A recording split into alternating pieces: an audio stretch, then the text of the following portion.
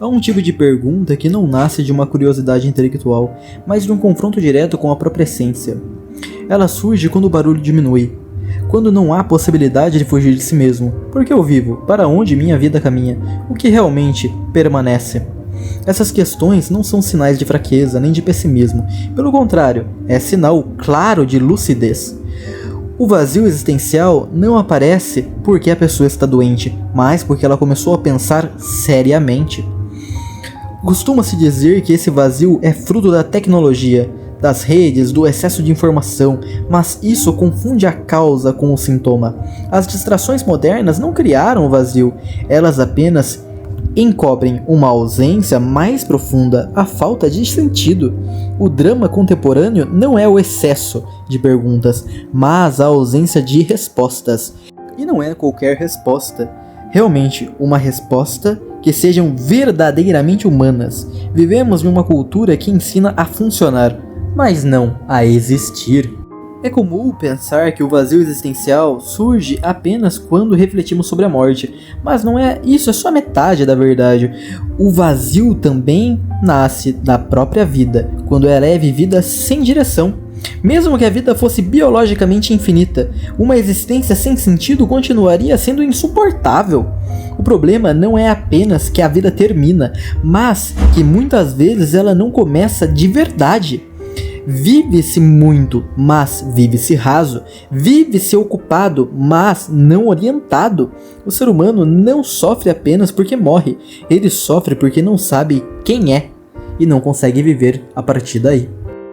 As civilizações antigas entendiam algo que esquecemos: a vida precisa ser aprendida, não basta nascer, era preciso e ainda é formar a alma. Antes mesmo de Sócrates, os filósofos pré-socráticos já percebiam que o mundo não podia ser explicado apenas pelo mito. Tales, Anaximandro, Heráclito, Parmênides, cada um, à sua maneira, buscava um princípio. Todos eles buscavam um oraqué, algo que desse inteligibilidade à realidade. Que os movia não era utilidade, mas espanto, e o espanto é o primeiro antídoto contra o vazio.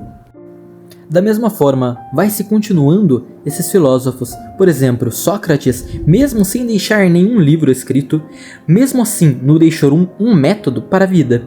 Uma vida não examinada não merece ser vivida. Ele não oferecia respostas prontas, ensinava realmente perguntas corretas. O vazio existencial para Sócrates não era resolvido com distrações, mas com o exame interior. Fugir da pergunta nunca é uma resposta. Essa é a grande corrupção da alma. Para Platão, orientar a existência para o bem e a verdade. Platão vai além. Para ele, a alma humana é feita para algo mais alto, mais do que o mundo sensível.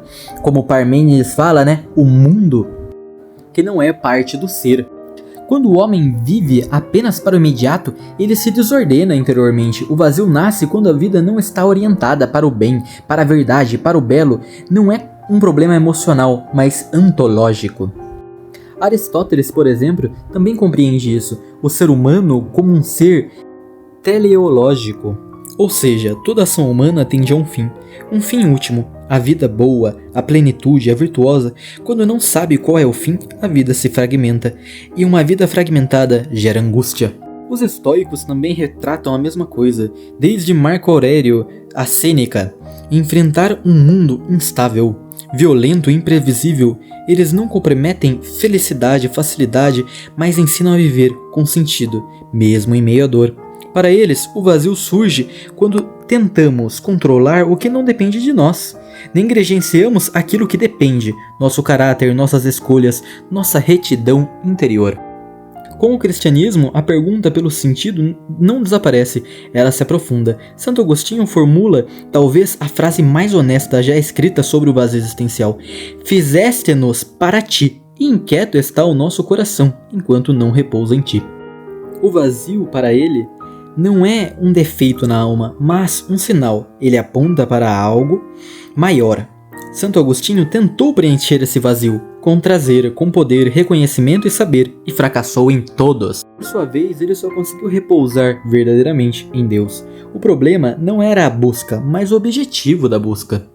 São Tomás de Aquino une a herança grega e a revelação cristã. Para ele, o ser humano possui inteligência e vontade orientada naturalmente para o bem. Nenhum bem finito é capaz de saciar plenamente o desejo humano. Por isso, mesmo quando conquistamos tudo do mundo e tudo o que ele oferece, algo ainda falta. O vazio existencial não é psicológico, é apenas metafísico. Ele nasce quando tentamos exigir do finito aquilo que só o infinito pode oferecer. Jesus Cristo também não propõe apenas um código moral, uma filosofia de vida. Ele propõe algo radical, uma existência que não termina na morte. Se a morte é o fim absoluto, então o sofrimento é absurdo. O amor é provisório e a justiça é incômoda. Mas se a vida continua, então cada escolha ganha um peso eterno. Cristo não nega o vazio, ele atravessa. A cruz não elimina a angústia, ela redime ela. Hoje, ao contrário dos antigos, a sociedade não propõe nenhum caminho de vida, ela apenas oferece distração contínua. O jovem não é ensinado a pensar, mas a consumir. Não é convidado ao silêncio, mas ao ruído constante. Não é provocado pela pergunta, mas anestesiado contra ela. Por isso, o vazio cresce, não porque pensamos demais, mas porque pensamos menos. O vazio existencial não é inimigo, ele é um alarme. E creio que o maior de todos os alarmes. Ele indica que o ser humano não foi feito para viver sem sentido, sem verdade, sem finalidade. Ignorar ele é adoecer. Escutá-lo é o primeiro passo para uma vida autêntica. O vazio não é o fim, ele é o começo da pergunta.